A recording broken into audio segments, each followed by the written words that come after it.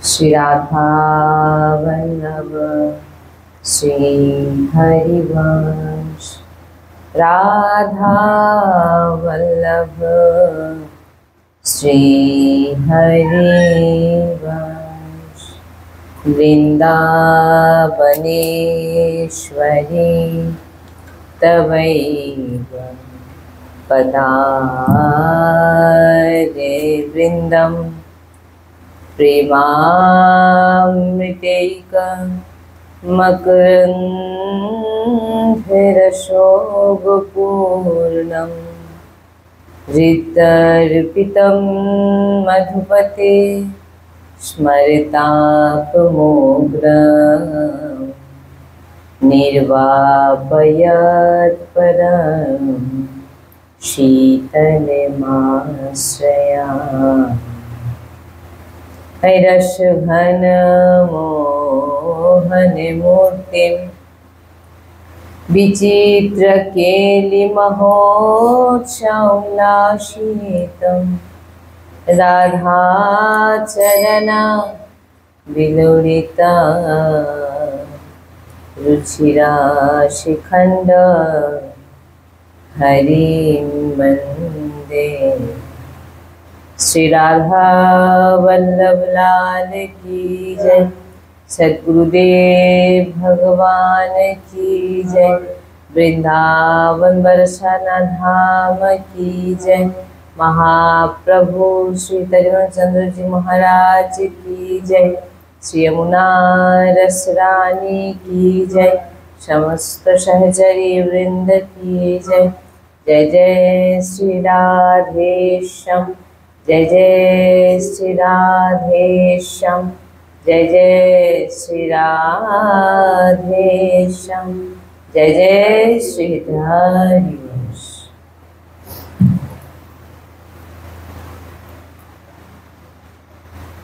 भगवत कृपाय लाडलीजुर कृपाय এবং ভাগবতের কৃপায় শ্রীমদ্ ভাগবত মহাপুরাণের কৃপায় আমরা যে ভাগবত শ্রবণ করছি আজ 14তম দিনে পড়ব।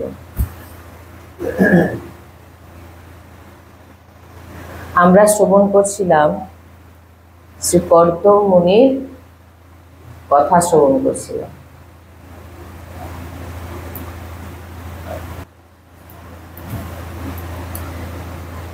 আমাদের গুরু, ইন্দ্রের গুরু কাকে আমরা বানিয়ে রেখেছি?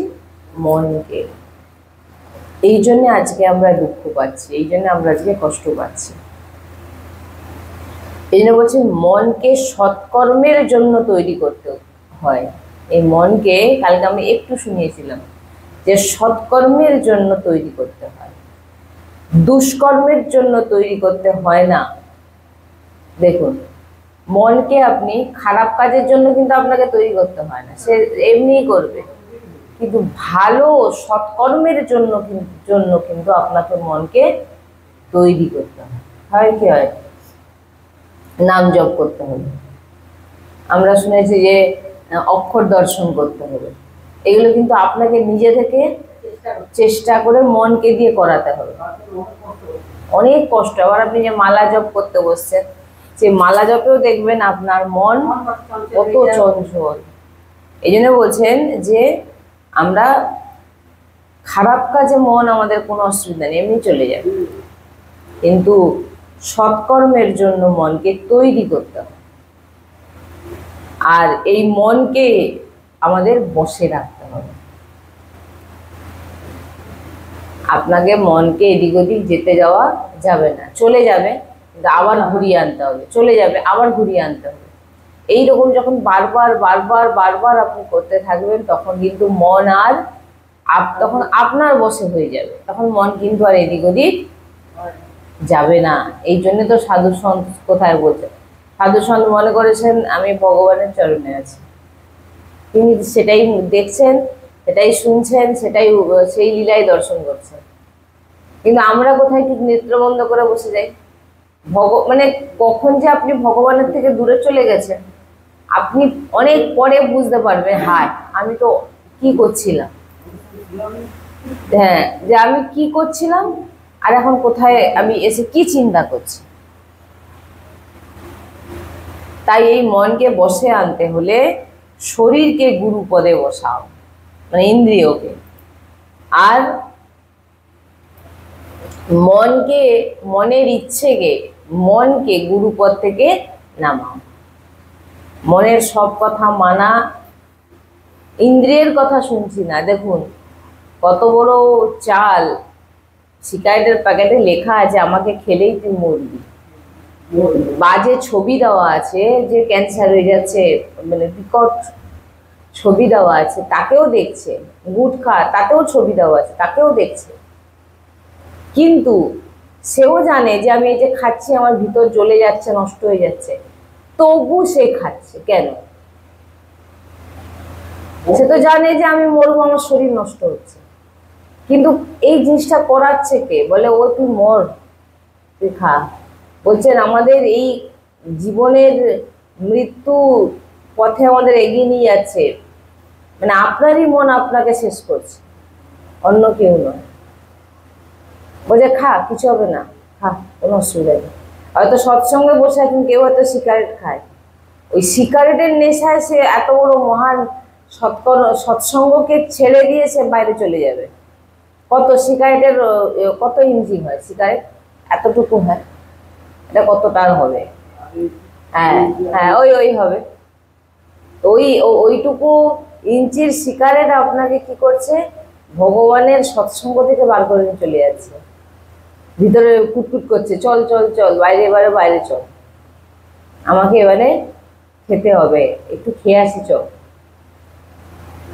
তাহলে ভাবুন, এত কিছু জানার পরেও সে জানে আমি খাচ্ছি মানে আমার মৃত্যু শেষ, মৃত্যু দিকে আমি এগোচ্ছি, তবু সে খাচ্ছে। এর মানে কি? কারণ আমরা মনের কাছে হেরে গেছি। ইন্দ্রিয় শেষ হয়ে যায়, শেষ হয়ে যাক, যাকে বাঁচানোর জন্য আমরা এত চেষ্টা করি, সে শেষ হয়ে যাক, কিন্তু ইচ্ছে আমাকে মেটাতেই হবে, আর সেটা করছে কে? মন। এত মারাত্মক বিষয়, কিন্তু এই মনই হচ্ছে আপনাকে ভগবত প্রাপ্তি করা, মানে যাকে ধরে নেবে তো তাকে ছাড়বে না। যেমন জানেন তো, অন্ধ ব্যক্তি যদি কারোকে ধরে ফেলে না, খুব জোর ভাবে ধরে, সেই রকম মন হচ্ছে অন্ধ, তার হাতে যেভাবে আপনি যে রকম জিনিস ঝরাবেন সে সেইভাবেই শক্ত করে ধরে রাখবে। শরীরকে গুরু পদে বসালে কি হবে? সারা রাত ধরে ক্লাবে যাচ্ছে, নাচছে, গাইছে, আনন্দ করছে, কিন্তু শরীর চাইছে কি? শরীর আপনাকে কি বলছে? যে আমার 9টা বেজে গেলেই আমার বিছানা চাই। যখন আপনি মনের ইচ্ছাকে, না যাব না, আমি আমার শরীরকে আমি সুস্থ রাখবো, আমাকে 9টার মধ্যে আমাকে ঘুমোতেই হবে, আর ব্রহ্ম মুহূর্তে আমাকে উঠতেই হবে, আমি ঘুমাবো, যত ইচ্ছে থাকুক। যখন আপনি এইভাবে মনকে বারবার ধাক্কা দেবেন, বারবার ধাক্কা দেবেন, মনের ইচ্ছেকে মানবেন না, মন যেটা বলবে আপনি তার বিপরীত করবেন, তখনই বলছেন আপনি মনকে গুরুপদ থেকে নামিয়ে দিতে পারবেন।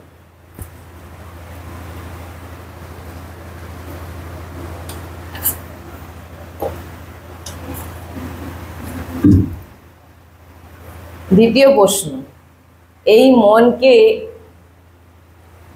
শরীরে,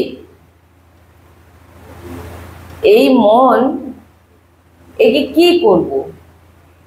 এ তো আমি তো একে আটকে রাখতে পারছি না। এই মন এত দ্রুত গতিতে ছুটছে, যেকে আমি আটকে রাখতে পারছি না।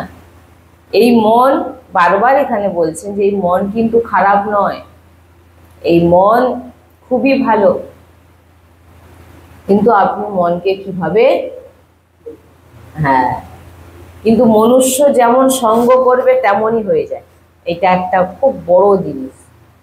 আপনি যেমন সঙ্গ করবেন, ধরুন এই সৎসঙ্গ হচ্ছে, এখানে প্রতিদিন আসছেন, প্রতিদিন মনে হবে না এখানে যেতে হবে, এখানে সৎসঙ্গ শুনতে হবে, 2 দিন 4 দিন বন্ধ করে দিন, তারপর দেখবেন মনে হবে ও যাবো তো যাবো, হ্যাঁ কালকে যাব। মানে কি, আপনার ভিতরে আপনি চাইলেও আপনাকে বাধা দিচ্ছে কেউ। সৎকর্মের জন্য আপনাকে ওই বাধা দিয়ে সরিয়ে রাখছে। তা বলছে মনুষ্য যেমন সঙ্গ করবে তেমনই হয়ে যায়।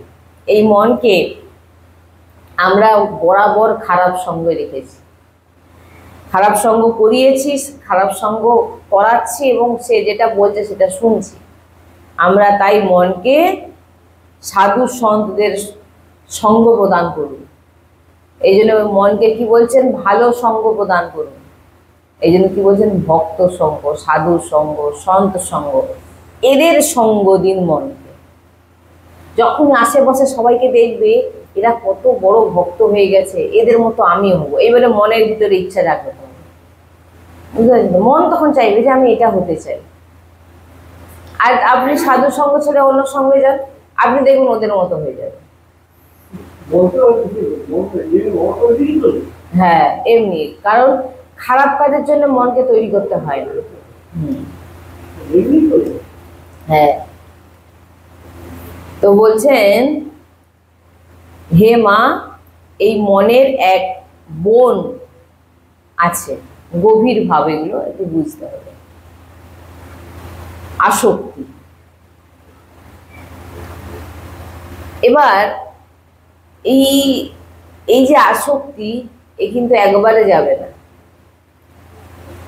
নেত্রে আসা ব্যক্তির সাথে এক বন্ধন বেঁধে দেয় এই আসক্তি। এই যে মন, যে কোনো বিষয়ে আপনার আসক্তি থাকলেই মন তার পিছনে দৌড়াবে। এখানে বলছেন চেতা খালু অশ্ব বন্ধয়া মুক্তয়া চাত্মনে গুণেশু শক্তম বন্ধয়া রতম বা পুংসি মুক্তায়। বলছেন চেতা খালু তস্য বন্ধয়া মুক্তায়ে চাত্মনা মতম গুণেশু শক্তম বন্ধয়া রতং বা পুংসি মুক্তায়। বলছেন হে মা, এই মনের এক বন আছে, আর সেই বনের নাম হচ্ছে আসক্তি। দেখুন, আসক্তি সবার ভিতরে আছে, কিছু না কিছুর প্রতি আসক্তি কিন্তু তার আছে। হ্যাঁ, পিতার আসক্তি, পুত্র, স্ত্রী, গাড়ি, বাড়ি। মাতার আসক্তি একই। এই আসক্তিও খারাপ নয়, কোনো কিছুই খারাপ নয়। ভগবানের সৃষ্টি করা কোনো কিছুই খারাপ নয়, এই সব কিছুই ভগবানের সৃষ্টি। বলছেন এই আসক্তিও খারাপ নয় মা, এই আসক্তিকে আমরা খারাপ কাজে লাগিয়েছি, খারাপ জিনিসের প্রতি আসক্তি করেছি, তাই জন্য আজকে আমাদের এমন দশা। যেমন গাইকে, যে গৌমাতাকে যে দড়ি দিয়ে বাঁধা হয়, হ্যাঁ, গৌমাতা যেদিকে নিয়ে যায়, আমরা নিয়ে গিয়ে যেদিকে তাকে বেঁধে দিই, হ্যাঁ, সে কিন্তু সেদিকেই বাঁধা থাকে।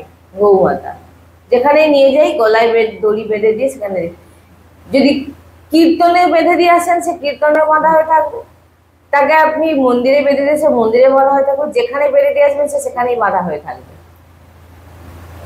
এই দড়ি হচ্ছে আসক্তি, এই দড়ি হচ্ছে আসক্তি। একটু গভীরভাবে শুনতে হবে আর কি, নাহলে গভীর বিষয় এগুলো। এইবারে বলছেন এই আসক্তিকে আমরা পরিবারে বেঁধে রেখেছি। দেখুন কোথায় যাচ্ছে। এই আসক্তিকে আমরা পরিবারের পুত্র, স্ত্রী, পিতা, মাতা, ঘর বাড়ি, সম্পত্তি, সবকিছু, হ্যাঁ, সব আসক্তি। বলছেন এই ভাগবতেই বলছেন, এখানে কপিল দেবভূতি সংবাদে দেখুন কিভাবে মানে বর্ণনা করছেন। কারণ মাতা খুব, যেহেতু স্বামীও চলে গেছে, ইন্দ্রিয়ের জ্বালা সহ্য না করতে পেরে নিজের পুত্র ভগবান তিনার কাছে শরণাপন্ন হয়ে তিনার মনের কথা, কষ্টের কথা ভগবানকে প্রশ্ন করে জানছেন এবং নিজে সেটাকে গ্রহণ করছেন। এবারে বলছেন মা পরিবার থেকে সরিয়ে, মা এই যে আসক্তিকে তুমি পরিবার থেকে সরাও। কেউ তোমার পুত্র নয়, আর কেউ তোমার স্বামী নয়, আর কেউ তোমার কোনো তোমার সম্পত্তিও নয়। হ্যাঁ, ভগবানের মার্গ প্রদান করার সন্তের চরণে তুমি ওই গৌমাতার গলায় যে দড়ি বাঁধা থাকে, সেই আসক্তিরূপী দড়িকে তুমি সাধু সন্তের চরণে নিয়ে গিয়ে বাঁধো। ওনারাই একমাত্র পারবে তোমার এই আসক্তিরূপী দড়িকে বেঁধে রাখতে। সন্তজনের আশ্রয় যদি না যাও, কখনো তুমি কিন্তু তোমার এই মনকে তুমি ধরে রাখতে পারবে না। তার মাকে বলছেন কপিল মুনি। মাকে মানে সব জীবকেই বলছেন। আসক্তি যেখানে যাবে, মনও সেখানে যাবে, কোনো রকম তুমি আটকাতে পারবে। সাধারণ একটা জিনিস দেখুন, আমাদের আসক্তি, রাস্তায় যদি অন্য কেউ, কারোর অ্যাক্সিডেন্ট হলো, সে ছটকাচ্ছে, আপনি দৌড়ে আসেন, কি হয়েছে কি হয়েছে কি হয়েছে, দেখলেন একটা অন্য লোক, কি হলো লোকটা, কি আপনি আপনি কাঁদবেনও না আর কিছু বলবেনও না, কিন্তু তার মধ্যে যদি আপনার চেনা জানা কেউ হয়ে যায়, তখন আপনি সবাই নিয়ে চল নিয়ে চল নিয়ে চল, যেটা আপনি অন্য লোকের বেলা করছেন না, কিন্তু সেটা তার বেলা আপনি করবেন। কেন না, তার প্রতি আপনার একটা আসক্তি আছে। বলছেন সন্তজনের চরণ কি? মোক্ষ দ্বার। সন্তজনের চরণ হচ্ছে মোক্ষ এর দ্বার। সন্ত কাকে বলে? হ্যাঁ, এইবারে এই যে বিষয়, সন্ত চেনা হচ্ছে সব থেকে, এখানে সন্ত জনের কথা এখানে বলেছেন কপিল ভগবান তার মাকে বলছেন যে আসল সন্ত জনকে আমরা, সন্ত জনকে আমরা চিনব কি করে?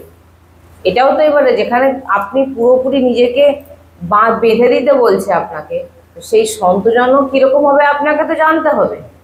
এইখানে এবারে বলছেন 3:25 21 নম্বর শ্লোকে বলছেন ভাগবতে, তিতিক্ষব কারুণিকা সুহৃদঃ সর্বদেহিনাম আজাত শত্রুব শান্তায় সাধব সাধুভূষণ।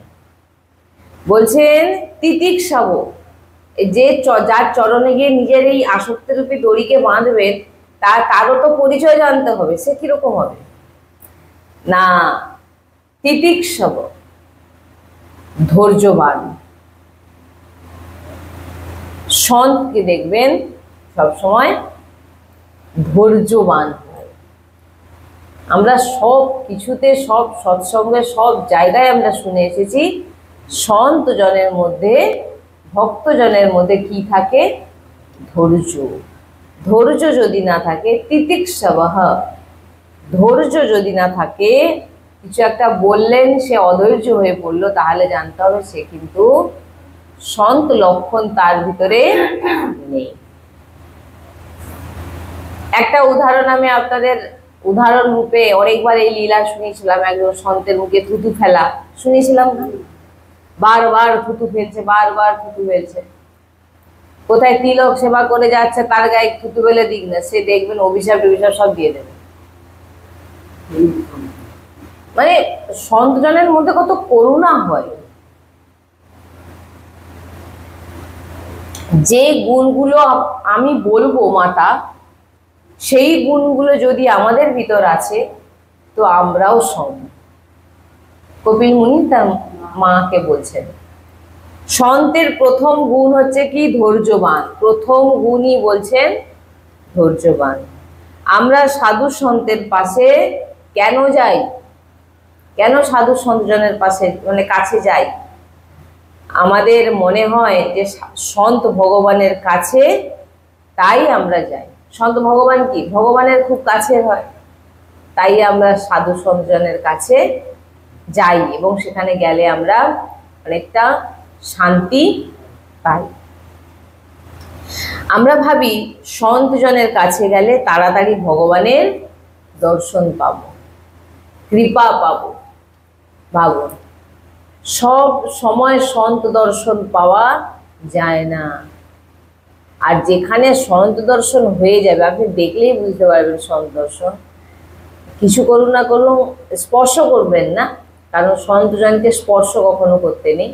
এমনকি আছে না স্পর্শ করে না, সন্তজনকে কখনো স্পর্শ করতেন, কারণ তিনি সবসময় পবিত্র। আপনি হয়তো কোনো কারণে শৌচ বা কোনো কারণে হয়তো একটু অপবিত্র হয়ে গেছেন, এবার তিনাকে স্পর্শ করে দিলেন, তিনার কোনো অসুবিধা কিছু হবে না, কিন্তু আপনার অপরাধ লেগে যাবে। এই জন্য কি হয়, দণ্ডবাদ প্রণাম করো কিন্তু স্পর্শ না করো। তাই ভাবুন, সবসময় দর্শন পাওয়া যায় না। ভগবান যখন কৃপা করেন তখন তার দূতদেরকে আমাদের কাছে পাঠান।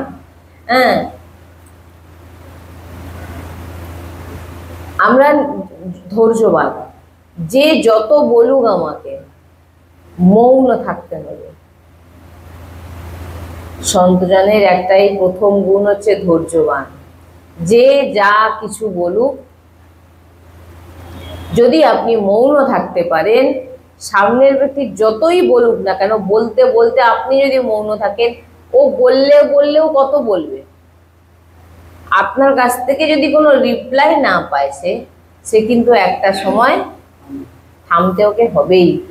আর ধৈর্যবান, একেই ধৈর্যবান বলে। আপনি অধৈর্য হয়ে গেলেন, এ সবসময় তখন থেকে আমাকে যা পারছে বলে যাচ্ছে, একে ছাড়বো না। যে কোনো পরিস্থিতিতে যে প্রসন্ন থাকে তাতে তিতিক্ষবু বলা হয়। এই যে তিতিক্ষবা কারুণিকা সুহৃদা সর্বদেহিনা আজাদ শত্রু বা শান্তায়া সাধু বা সাধুভূষণ। বলছেন আরেকটি হচ্ছেন কি, যে কোনো পরিস্থিতিতে সাধু সবসময় প্রসন্ন থাকে, কখনো অপ্রসন্নতা তিনাদের মুখে আপনি দেখতে পাবেন না। দ্বিতীয় হচ্ছে কারুণিকা। প্রথম হচ্ছে ধৈর্যবান হওয়া, আর দ্বিতীয় হচ্ছে কারুণিকা, সবার ওপরে যিনি করুণা করেন। হ্যাঁ, যেমন এক ব্রাহ্মণ ছিলেন, এক ভক্ত ছিলেন, যে শালেগ্রাম শিলায় প্রতিদিন 1008টি তুলসী পাতা তিনি অর্পিত করতেন। তো এক প্রেত জনী এসে তিনার কাছে কাঁদে যে আমাকে উদ্ধার করে দাও। তৎক্ষণাৎ তিনি যতদিন ওই শালেগ্রাম শিলার উপরে যে তুলসী 1008টি তুলসী পাতা অর্পিত করেছিলেন, তার পূর্ণ ফল বললেন তাকে তিনাকে অর্পিত করে দিয়ে তিনাকে ভগবত প্রাপ্তি করে দিলেন, মানে তিনার কল্যাণ করে দিলেন। তিনি তো ভাবতেন না না আমি প্রতিদিন করি, আমি কেন তাকে। এই জন্য বলেন না যে আপনি হৃদয় দিয়ে আপনি যেটাই করলেন এটা আপনি ভগবানকে অর্পিত করে দিলেন, এটা সত্যিকারের অর্পিত হয়। কেউ হয়তো ভাবে যে না ওটা অর্পিত হয় না, আপনি মনে মনে করলেন ভগবানকে অর্পিত করে, সত্যি সত্যি ওটা কিন্তু ভগবান গ্রহণ করে নিচ্ছে, আমরা দেখতে পাচ্ছি না। যখন 1008 তুলসী পাতা তিনি প্রতিদিন শালেগ্রাম শিলার উপরে যে পূর্ণ তিনি অর্জন করছিলেন, সেটা কি করলেন, সঙ্গে সঙ্গে তিনাকে দিয়ে প্রদান করে দিলেন। আমার এর বদলে সে মুক্তি পেয়ে গেল, উদ্ধার, করুণা। একনাথজি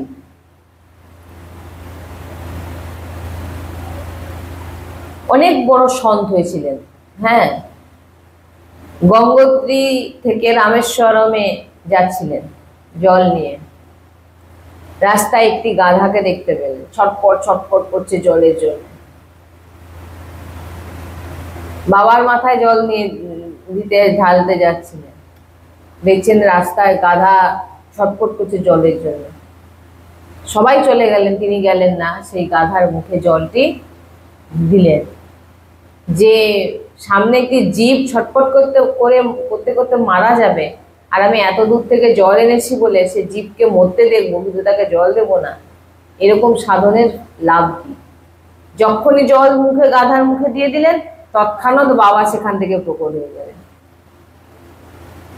সবার মধ্যে তো ভগবান বিরাজমান, তোমার ভাবনাটা কোথায়? তোমার মধ্যে যদি ধৈর্য থাকে, করুণা থাকে, তুমিও সন্ত। এই জন্য বলছে মা, যার ভিতরে এই ধৈর্য আর করুণা এবং আরো যে গুণগুলো আছে, থাকবে সেই সম।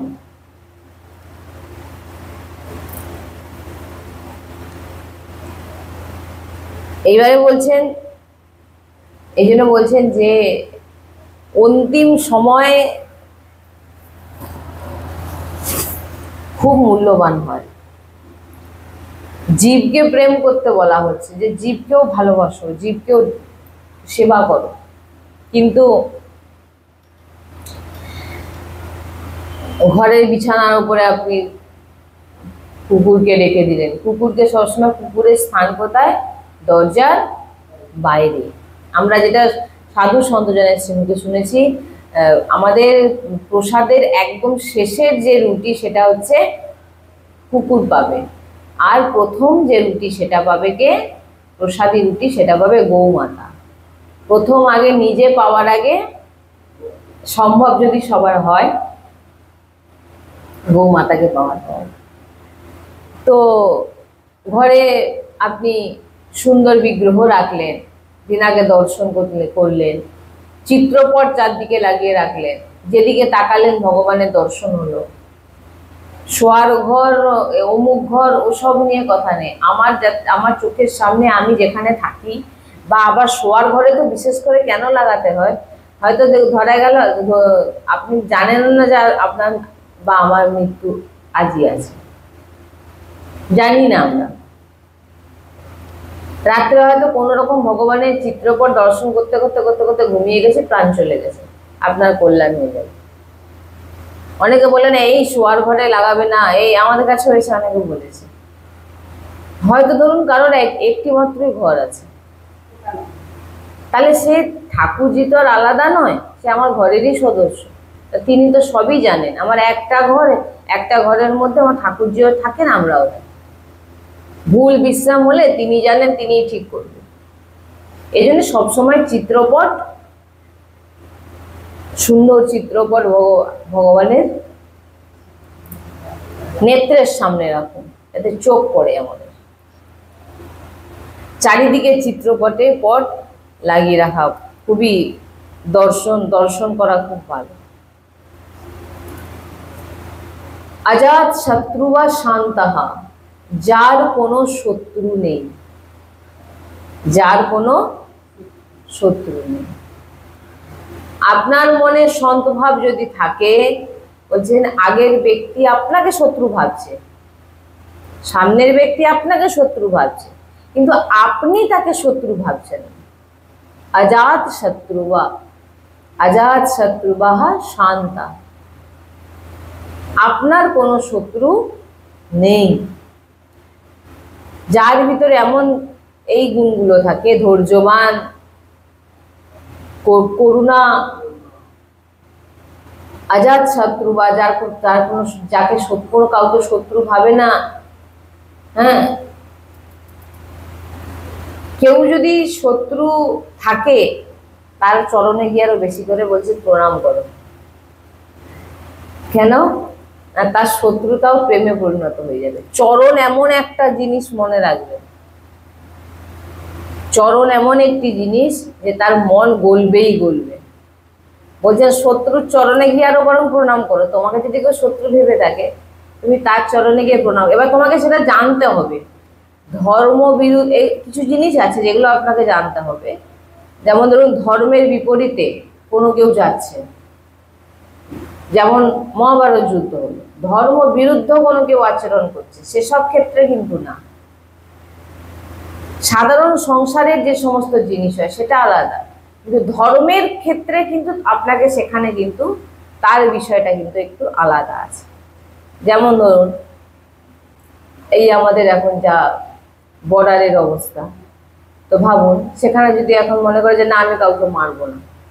গুরুজির কাছে তো এরকম কত জওয়ান গেছেন, গিয়ে বলেছেন আমাদেরকে মারা উচিত। গুরুজি বলছেন এখানে কোনো ছাড় নেই।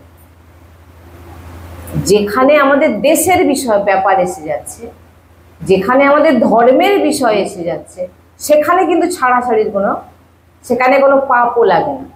যুধিষ্ঠির কথা কি শুনলাম আমরা, যুধিষ্ঠিরা তো কান্নাকাটি করছে, কিন্তু অর্জুন, ভগবান বলছেন যে সমস্ত ব্রাহ্মণগণ বিচার করে বলছেন তোমার কোনো পাপ হয়নি। কারণ তুমি ধর্মকে সঙ্গে রেখে তুমি যুদ্ধ করেছো। ওই জন্য বলছেন যে ধর্ম নিয়ে যখন কেউ দেখছেন কিছু করছে, তখন আপনি দাঁড়ান, তখন কিছু বলুন, সেটা বলার পারমিশন আছে, যেখানে কোনো পাপ লাগে। কিন্তু যেমন সাংসারিক কাউকে শত্রু বানাচ্ছে, সেখানকার কথা বলা হচ্ছে যে আপনার মনের ভিতরে যেন শত্রু ভাব না আসে। ডাক্তার যদি ভাবে না বাবা আমি কাটবো না, কাটলে আমার পাপ লাগবে, তাহলে সে ব্যক্তি কি বাঁচবে? ডাক্তারকে চিনতে হবেই, তবেই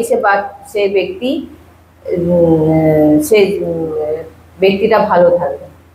বর্ডারে যিনারা থাকেন, মহাভাগবত মিলিটারিদেরকেও বলা হয়ে থাকে, ওনারা এত দেশের জন্য যারা করেন, ওনাদেরকে আমার গুরুজি সবসময় বলে থাকেন, ওনারাও সব ভগবত প্রাপ্তি, কিচ্ছু নয়।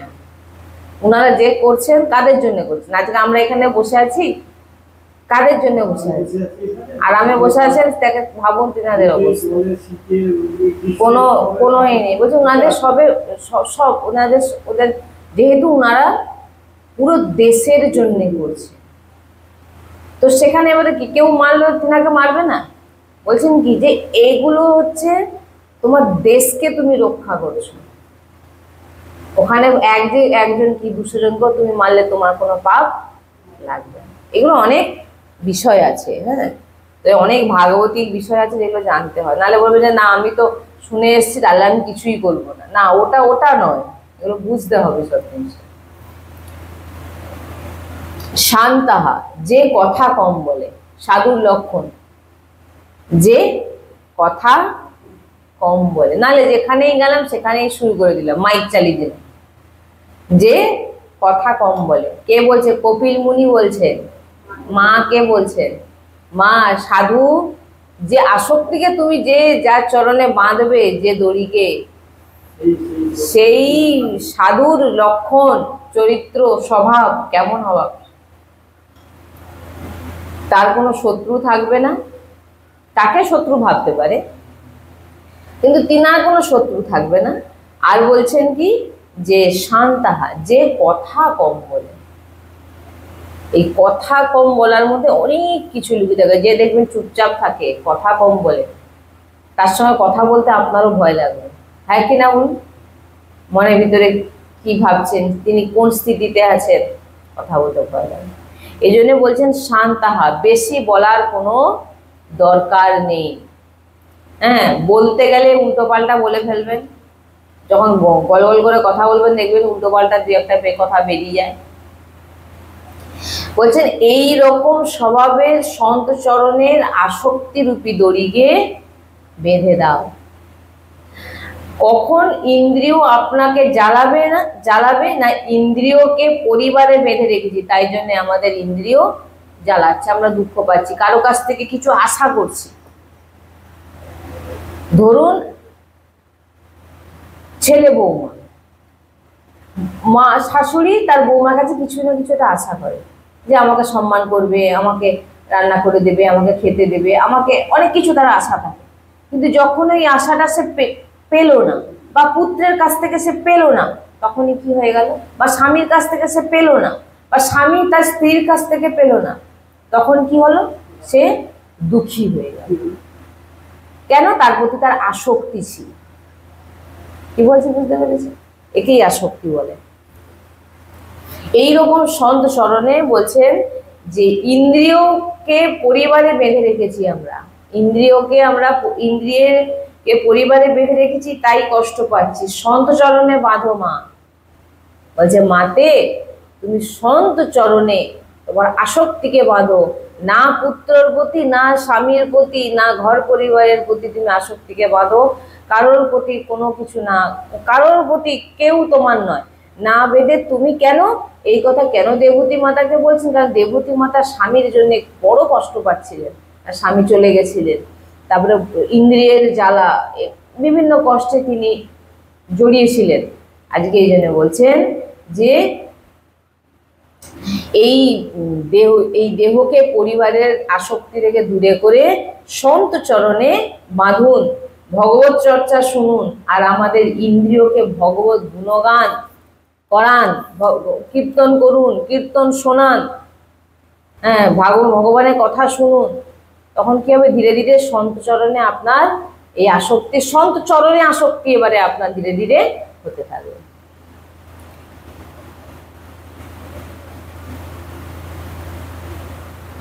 ভগবান আপনার আপনার যখন দর্শন করতে, আমরা যখন ভগবানকে দর্শন করতে যাই, শ্রী বিগ্রহের কোন অঙ্গকে আগে দর্শন করব? শ্রী বিগ্রহের কোন অঙ্গকে আগে আমরা দর্শন করব? বলছে মা মন্দিরে প্রবেশ করে আমার শ্রী অঙ্গের চরণ দর্শন করে। কিন্তু আবার আমাদের বৃন্দাবনে আবার উল্টো, বৃন্দাবনে কি চরণ পরে, আগে নেত্র, নেত্রে নেত্রে মেলাও, নেত্র দিয়ে পুরো ভগবানের রূপকে ভিতরে প্রবেশ করে। আর বৃন্দাবনে তো আলাদা, সবকিছুই উল্টো, বৃন্দাবনে সবকিছুই উল্টো। যাই হোক, তো এখানে কপিল মুনি তার মাকে বলছেন মন্দিরে প্রবেশ করে ভগবানের প্রথমে কোন শ্রী অঙ্গে দর্শন করবেন? চরণ, চরণ দর্শন। ধুতি বড়, মালা বড়, দেখা যাচ্ছে না, চরণ দেখা যাচ্ছে না, তবুও চেষ্টা করুন চরণ দর্শন। রাধা বল্লভজির চরণ, বাকে বিহারীজির চরণ, রাধা রমনজির চরণ, গোপীনাথজির চরণ, চরণ দর্শন অনেক মহিমাময়। মা বলছেন তাতে কি হবে? চরণ দর্শন করে কি হবে? মন্দিরে গিয়ে প্রথমে প্রশ্ন করলেন, মন্দিরে গিয়ে প্রথম কার মানে শ্রী বিগ্রহের কোন অঙ্গ দর্শন করব? কপিল মুনি বললেন যে চরণ দর্শন করবেন। তখন বলছেন চরণ দর্শন করে কি হবে? আবার প্রশ্ন করছেন ঘুরিয়ে। কপিল ভগবান বলছেন মা চরণ সাধারণ নয়। আমি ওই জন্য আগেও বললাম না যে চরণ সাধারণ নয়, প্রত্যেক মানুষের চরণ স্পর্শ করলে তার হৃদয় আগে আগে দেখবেন তার হৃদয় কিন্তু বলে যাবে, হ্যাঁ কি না বলুন? একটা অন্য ভাব দেখবেন আপনার হৃদয় প্রকট হয়ে যায়। চরণটা ধরে আমার ভুল হয়ে গেছে, এমনি আপনার ভিতর থেকে দেখবেন। হ্যাঁ, তাই বলছেন কপিল ভগবান বলছেন মা চরণ সাধারণ নয় ভগবানের, বজ্র, চক্র, অঙ্কুশ বিভিন্ন প্রকার চিহ্ন আছে ভগবানের চরণে। মনুষ্য যখন চরণ দর্শন করেন তখন এই সমস্ত চিহ্ন হৃদয়ে প্রবেশ করে। দেখুন, মনের সমস্ত আদি ব্যাধিকে নষ্ট করে দেয় এই ভগবানের চরণ। কেন? ওই চরণে কি কি আছে? বজ্র আছে, চক্র আছে, তারপরে অঙ্কুশ আছে। আমাদের ভিতরে যে যত কষ্ট, দুঃখ, রোগ, ব্যাধি সবকিছু কিন্তু চরণ দর্শনে সব নষ্ট হয়ে যায়। বজ্র কি করে? ভগবানের চরণে বিরাজমান যে চিহ্ন, সব পাপ বিনাশ করে। অঙ্কুশ কি করে? হাতির মাথায় কি করে? হাতিকে কন্ট্রোল করে, বলে আমাদেরও সেই অঙ্কুশ দ্বারা আমাদের কন্ট্রোল করে। ধ্বজ, মন্দিরের শিখরে থাকে যে পতাকা। হ্যাঁ, আচ্ছা, অষ্টাঙ্গ যোগ এবারে বলছেন। তাহলে ভগবানের চরণ দর্শনে কি হবে? আমাদের সমস্ত রোগ, ব্যাধি, কষ্ট, দুঃখ, জ্বালা সব কিন্তু নষ্ট হয়ে যাবে। এবারে বলছেন অষ্টাঙ্গ যোগ। একটু শুনিয়ে দিই, টাচ করে দিই, তারপরে কালকে এই বিষয়টাকে নিয়ে প্রত্যেকটাকে নিয়ে ভালো করে বর্ণনা করা হবে, যতটা রাধারানী চাইবে হবে। আমাদের যে অষ্টাঙ্গ যোগ আছে তার মধ্যে আছে যম, নিয়ম, আসন, প্রাণায়াম, প্রত্যাহার, ধারণ, ধ্যান, সমাধি। এই 8টি হচ্ছে আমাদের অষ্টাঙ্গ যোগ। যম হচ্ছে ইন্দ্রিয়ের ইচ্ছেকে দমন করে, মনের ইচ্ছেকে যে দমন করে, হ্যাঁ দমন করে দেয়, বলছেন তাকেই বলা হয় যম। নিয়ম, জীবনের একটা নিয়ম পালন করো। এই যে নিয়ম পালন, এটা খুব খুব মানে ধরুন আপনি মনে করছেন যে আমি ভগবানকে প্রতিদিন মালা দেব, একটা ফুলের মালা আমি গেঁথে নিজের হাতে দেব, বা আমি প্রতিদিন একটা পুষ্প ভগবানকে অর্পিত করব, বা যে কোনো একটা নিয়ম, মানে ভাগবতিক নিয়ম, যে আমি প্রতিদিন স্নান করি এটা একটা নিয়ম, ওটা নয়। বলছেন ভাগবতিক একটা নিয়ম, আমি প্রতিদিন মন্দিরে যাব, বা আমি প্রতিদিন মন্দিরে গিয়ে ভগবানের জন্য এই সেবাটি আমি বানাবো। ওই যে নিয়ম, ওকে কোনো দিন আপনি ছাড়বেন না। মিনিমাম 12 বছর যদি এক নাগারে আপনি যদি ওই নিয়ম পালন করে যেতে পারেন, তাহলে কিন্তু একটা সময় এমন আসবে ওটা সিদ্ধ হয়ে যাবে। আমি এই নিয়েও একটা লীলা, আপনাদের বৃন্দাবনের এক লীলা শুনিয়েছিলাম না, কৃষ্ণদাসজির চরিত্র শুনিয়েছিলাম, ভক্ত চরিত্রে কৃষ্ণদাসজি প্রতিদিন ভগবানের কাছে হাতে মালা করে ভগবানকে পড়াতে যেতেন। হ্যাঁ, কৃষ্ণদাসজির অদ্ভুত চরিত্র, মালা নিয়ে পড়াতে যেতেন। এবার নিয়ম আছে শাস্ত্রে, 12 বছর যদি আপনি ওই নিয়ম কোনো দিন বন্ধ করা যাবে না, যদি পালন করে যান, তাহলে ওই নিয়ম পালন করার জন্য ভগবানের কাছে আপনি যেটা মন চাইবেন সেটাই পেয়ে যাবেন। হ্যাঁ, তো কৃষ্ণদাসজি বলেছিলেন, ভগবান প্রতিদিন আমি আপনার চরণে মালা দেব, আপনার 12 বছরের পরের দিন, 12 বছর পূর্ণ হলে 13 বছরের প্রথম দিন যেন আপনি আমার কাছে মালা পড়তে আসেন,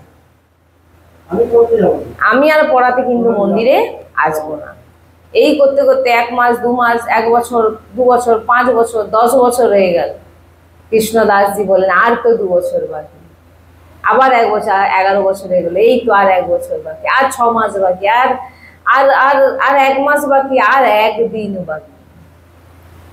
ভাবুন এই যে নিয়ম পালন করা, 12 বছর পূর্ণ হয়ে গিয়ে 13 দিন, মানে 13 বছরের প্রথম দিনে 12 বছরের আগের দিন যা লাস্ট গেছে, মানে প্রভু আমি লাস্ট এসছি, আমি কিন্তু আর আসবো না, আমি তোমার জন্য ঘরে অপেক্ষা করছি, তুমি চলে আসবে মালা করতে। মালা বানিয়েছেন, এদিকে 56 ভগবান আসবেন, 56 ভোগ, ওনার ইচ্ছাকে সাক্ষাৎ ভগবানকে দর্শন করবেন।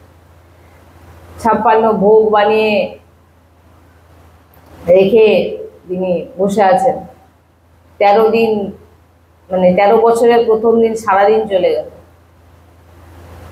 ভাবছেন বসে বসে, ঠাকুরজি অনেক ব্যস্ত থাকে, হাজারো ভক্ত আসতে পারেনি, রাতও কেটে গেল, তাও ভগবান আসলেন। পরের দিন তখন বললেন, বলে আচ্ছা কানাইয়া, বড় কষ্ট পেল, দুঃখে কষ্টে কি করলেন, যা 56 ভোগ বানিয়েছিলেন সব কাপড়ে বাঁধলেন, বেঁধে বললেন আর এই ছলিয়া, মানে যে ছলনা করে, হ্যাঁ, ওই বাঁকার সঙ্গে আর কোনো সম্পর্ক আমি রাখবো না, বলে আমি চললাম বর্ষানাতে। কাঁধে সবকিছু পোটলা তুলে নিয়ে চলছেন বর্ষানা। যেতে যেতে রাস্তায় দেখেন অসংখ্য গৌমাতার যে ঝুন্ড বলে না, গৌমাতা সব মানে আসছে, ধুলো উড়াচ্ছে, আর তার মাঝখানে দেখতে পেলেন একটি বালককে। দেখতে পেলেন তখন কৃষ্ণদাসজি বললেন, এত গৌমাতা, তিনি গাছের নিচে বসে পড়লেন। বসে পড়ে সমস্ত যে ভোগ আছে সেগুলোকে খুলেছেন, যে কিছু তো পাননি। এখান থেকে সেই বালক বলছেন, ও বাবা, ও বাবা, আর আপনি তো এখন তো যেতেই পারবেন না, এই ঝুন্ড যা। হ্যাঁ, তখন বলছেন যে আমি অনেকদিন, 2 দিন ধরে আমার কোনো খাওয়া হয়নি, খেতেই পাইনি আমি। তখন কৃষ্ণদাসজি বলছেন, বানিয়েছিলাম আরেকজনের জন্যে, তুমিই নাহলে পেয়ে যাও। তখন সে বালক বলছে, আমার 2 হাতে তো গোবরে ভরা, মানে হাত নোংরা, গোবর, তুমি আমাকে পাইয়ে দাও। এবার 56 ভোগ যখনই পাইয়ে একটা কেবল মুখে দিয়েছেন, পাওয়া মাত্রই ভগবানের চোখে জল। তখন এবারে ভগবান কাছে যাওয়া মানে রোম পুলকিত হচ্ছে, বুঝতে পারছেন তিনি বুঝতে পারলেন কে তুমি। তখন বলছেন, কৃষ্ণদাস তুমি আমাকে চিনতে পারছো না, আজকে মালা পরাবে না, যা বলে দিয়েছে মালা পরাবে না, আর কোনো কথা নেই। সঙ্গে সঙ্গে যা খাওয়ার যত 56 ব্যানি ছিল সবগুলোকে বাঁধা শুরু করে দিয়েছে, বেঁধে কাঁধে ফেলে বলছে ছুট। ভগবান বলছেন, কৃষ্ণদাস কৃষ্ণদাস মালা পরাবে না, কেন পালিয়ে যাচ্ছ? বলে ও 12 বছর ধরে আমি নিয়ম করলাম, মানে বৃন্দাবনের যে লীলা সে তো আলাদাই হয় সবই, আমি যে বললাম না 12 বছর ধরে আমি নিয়ম করলাম, আমাকে দেখা দিতে আসলে না, যখনই বর্ষানার দিকে ঘুরেছি তখনই চলে এসেছো। হ্যাঁ, তাহলে যদি আমি বর্ষানা থেকে রাধারানীর চরণে পড়ে থাকি তাহলে তুমি কি করবে? যখনই বর্ষানা যাবো বলেছেন তখনই ভগবান চলে এসেছেন, এখনো বর্ষানায় যায়নি, যাবো বলেছেন। যদি রাধারানীর চরণে আমি পড়ে থাকি তাহলে তো এই ছালিয়া তো আমার পিছনেই পড়ে থাকবে। আর বর্ষানায় গিয়ে তিনার নাম রাখলেন কি? রাধা দাস। অনেক পদ আছে, হ্যাঁ, চরিত্র আরো বিস্তারিত শুনলে মানে হৃদয়, মানে আমাদের যখন ভক্ত চরিত্র হয়েছিলাম এই চরিত্র ভালোভাবে মানে অনেকটাই ব্যাখ্যা করে শুনিয়েছিলাম। যাই হোক এখন সংক্ষেপে শোনালাম। তাই বলছেন একটা নিয়ম, একটা আসন করুন, যেই আসনে বসে আপনি শুধু নাম জপ করবেন, বিছানাতে না, একটা আসন, ওই আসন 12 বছর পর সিদ্ধ হয়ে যাবে। আপনাকে আর ভজন করতে হবে না, ওখানে বসলে আপনার নাম জপ অলরেডি ভিতরে, কারণ আপনি একটা নিয়মে করেছেন। এগুলো আমরা ধীরে ধীরে শুনবো। একটা আসন করুন, একটা জায়গা রাখুন, যে আমি ধরুন আসনটা যাতে একটু শুদ্ধ হয় ওই জায়গায় আসন পাতালেন, পাতিয়ে বসে নাম জপ করলেন বা পুজো করলেন। আপনার ওই আসন কিন্তু অন্য কেউ যেন না ব্যবহার করে। কি বলছি? ওই আসন যেন না কেউ অন্য কেউ ব্যবহার করে। জীবনে যতদিন বাঁচবেন এই কটা জিনিস কাউকে দেবেন না। এক সে যে হতে পারে, এক হচ্ছে আসন, দ্বিতীয় হচ্ছে আপনার মালা আর ঝুলি। এই যে ঝুলি হয় না, ওই যে যার মধ্যে আপনি মালা রাখেন, সে ঝুলিকেও কাউকে কখনো দেবেন না, আর মালাকেও কাউকে কোনোদিন দেবেন না যতদিন আপনি বাঁচবেন। আর হচ্ছে এমন একটি বস্ত্র আপনাকে রাখতে হবে যে যেখানে যান না কেন ওই বস্ত্র যেন আপনার সঙ্গে থাকে। এই অন্যের বস্ত্র আমরা পরে ফেলি, বস্ত্র কার পরবেন? গুরু প্রদত্ত বস্ত্র, সেটা পরা যেতে পারে। গুরু প্রসাদী বস্ত্র আমরা পরতে পারি, কিন্তু অন্য কারোর বস্ত্র যখন আপনি পরবেন ওই বস্ত্রর মধ্যে কিন্তু তার পরমাণু, সে যে ভাবনা, আপনি ভক্তি করেন, সে কিন্তু ভক্তি করে না, তার কিন্তু মনের যে চিন্তা ভাবনাটা কিন্তু দেখবেন আলাদা হয়। এগুলো আমরা যেটা ভাগবতিক পড়েছি বা শুনেছি, গুরুজি সবসময় বলে থাকেন যে গুরুজি সাধারণত অতিরিক্ত নিয়ম দেন না, যেগুলো যেগুলো মেন জিনিস সেগুলো আমাদের সবসময় বলে রাখেন যে তুমি যেখানে যাও তোমার বস্ত্র একটা সঙ্গে রাখো। অন্যের বস্ত্র বা অন্যের বিছানাতে গিয়ে শুয়ে পড়া, এগুলো খুব আপনার ভক্তিতে বাধা দেবে। মানে যারা ভগবত প্রাপ্তি করতে চায় তাদের কথা বলছেন, কারণ সেই বিছানার মধ্যে সাংসারিক আলোচনা করে তারা বসে, আর আপনি কি ভগবত চর্চা করেন, ভগবানের নাম করেন। আপনার ভিতরে যে পরমাণু আছে সেটা কিন্তু অনেক পাওয়ারফুল। এবার আপনি যখন আপনার সবে শুরু করেছেন, এবার ধরুন তাদের যে চর্চা, তাদের চর্চাটা আপনার থেকেও মজবুত। কেন না? তারা অনন্ত জন্ম ধরে করে আসছে, আর আপনি সবে শুরু করেছেন। এবারে কি আপনি যখনই হয় তাদের বিছানায় গিয়ে বসে পড়লেন, বা ধরুন আপনার বিছানাতে কেউ শুয়ে পড়লো, তাদের যে পরমাণু, মানে শরীরের যে ভিতরের যে ভাবনা, এই যে পরীক্ষা দিতে ধরুন বাচ্চা যাচ্ছে, 1 গ্লাস দুধ দিচ্ছেন তাকে, দুধের মধ্যে একটু চিনি দিয়ে ভাবছেন বাচ্চাটা পড়লো না, কিছু করলো না, পরীক্ষায় কি লিখবে মনে হয় ফেল হয়ে যাবে, আর গোলাচ্ছেন। ওই যে আপনার যে বৃত্তি ওই ভিতরে কিন্তু মিশে গেল, আপনার ভাবনা তার ভিতরে মিশে গেল। অনেক অনেক কিছু জিনিস আছে। এবার ওটা আপনি বাচ্চাকে খাওয়ালেন, ওটা কি হলো? পুরো নেগেটিভ জিনিসটাকে আপনি যেটাকে ভাবলেন সেটাকে আপনি ভালো ভাবুন না, বাচ্চা আমার যতটা পারবে ঠিক লিখবে, ঠিক পড়াশোনা করবে, আপনি সেটাই ভালো। কিন্তু না, আমরা দেখবো সবসময় খারাপটাই আগে ভাবি, তাই ভাবি না? তাই জন্য বলছেন যে একটি বস্ত্র সবসময় নিজের রাখবে, কারণ তুমি ভজন করো, তুমি তোমার ভজন যাতে নষ্ট না হয় তার জন্য তোমাকে প্রোটেকশনের জন্য তোমার বস্ত্র। তাই কি কি? প্রথম হচ্ছে একটি আসন, যে আসনে তুমি ছাড়া অন্য কেউ বসবে না, অন্য কেউ না। আর দ্বিতীয় হচ্ছে মালা, যে মালাতে নিজে ছাড়া অন্য কাউকে স্পর্শও করতে দেবে।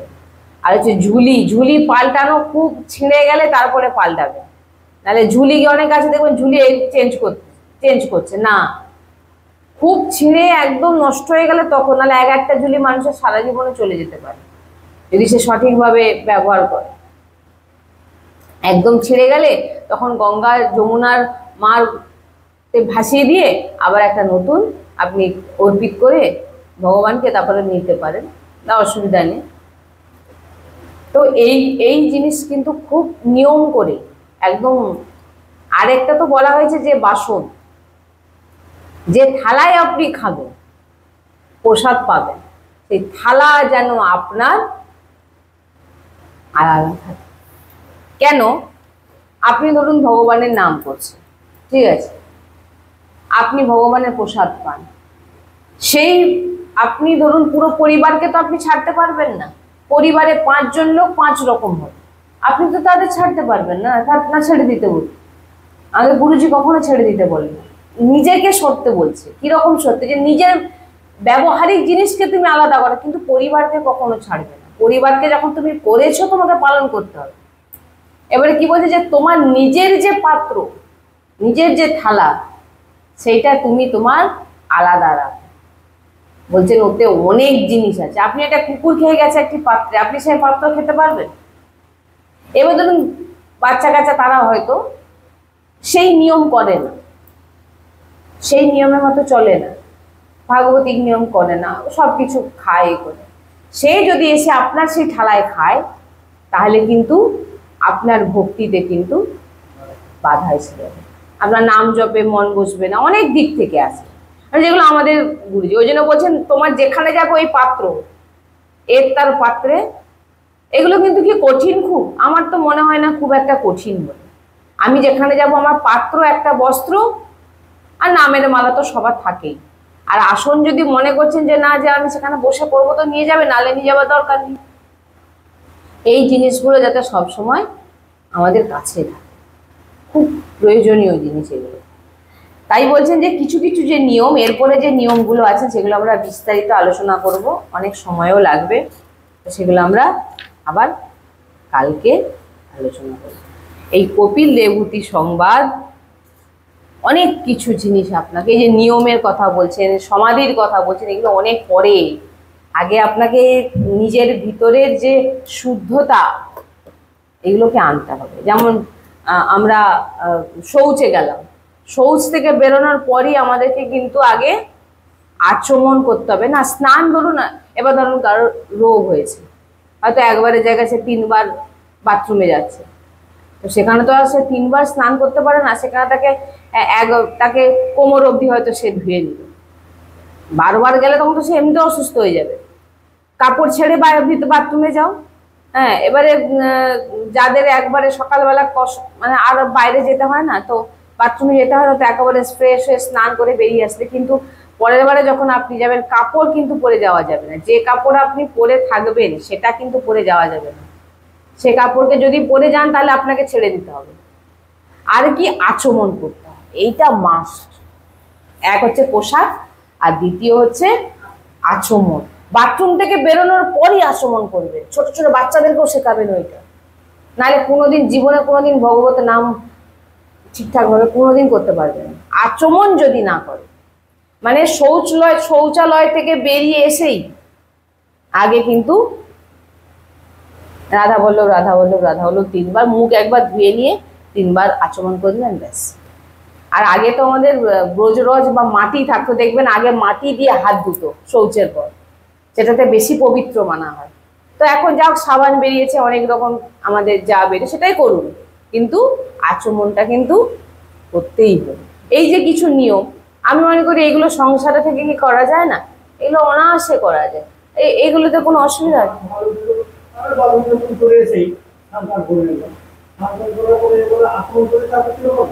হ্যাঁ, তিলক করার সময় আচমন করতে হবে। হ্যাঁ, সেটাও তিলক তো করে দিলেন, তারপরে যেটা থাকে ওটা, হ্যাঁ হ্যাঁ ব্যাস হয়ে গেল। হ্যাঁ, ওটাও আচমন। ওটা আপনি কি, ওটা রোজ তো আপনি ওটাকে আচমন করে, ওটা নিয়ম।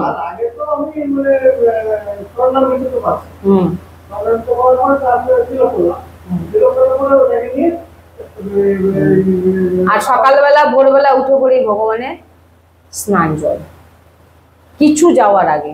ওই জন্য আমার গুরুজি বলেছেন একটা ছোট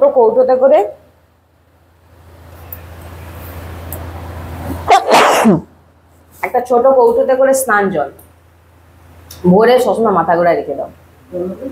ঘুম থেকে উঠে মুখে একটু নিয়ে নিলাম, ব্যাস। এরপরে আপনি দাঁত মাজুন, জল খান, যা কোনো করুন, কিন্তু চরণামৃত যাওয়ার যায়নি তার আগে কি জল খেয়ে নিলাম না, আগে চরণামৃত খাও, বা চরণামৃত জলে ফেলে খেয়ে নিলে। কিন্তু ঘুম থেকে উঠে পড়ে আগে চরণামৃত, ঘুম থেকে উঠে পড়ে গুরু স্মরণ আর বৃন্দাবনের স্মরণ, আচার্যদের স্মরণ করে, সবাইকে প্রণাম করে, 5 জন মহাপুরুষের নাম প্রণাম করে, উচ্চারণ করে, এবার বিছানা দিয়ে পা নামার আগে ভূমিকে, পৃথিবীকে প্রণাম করে এবার আপনি উঠে আপনার যা কাজ করেন। এগুলো করা কোনো ব্যাপার কি? আমার মনে হয় না এগুলো করা, এগুলো যদি না করতে পারেন তাহলে আর কি করছে? এগুলো করা কোনো ব্যাপার না।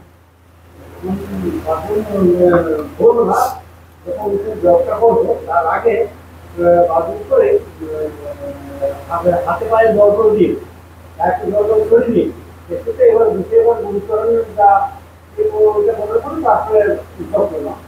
হ্যাঁ, কোনো অসুবিধা নেই।